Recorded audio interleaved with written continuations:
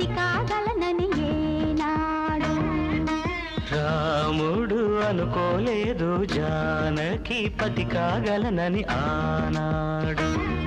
ఆనాడు ఎవరు అనుకోనిది ఈనాడు మనకు నిజమైనది ఆ రామాయణం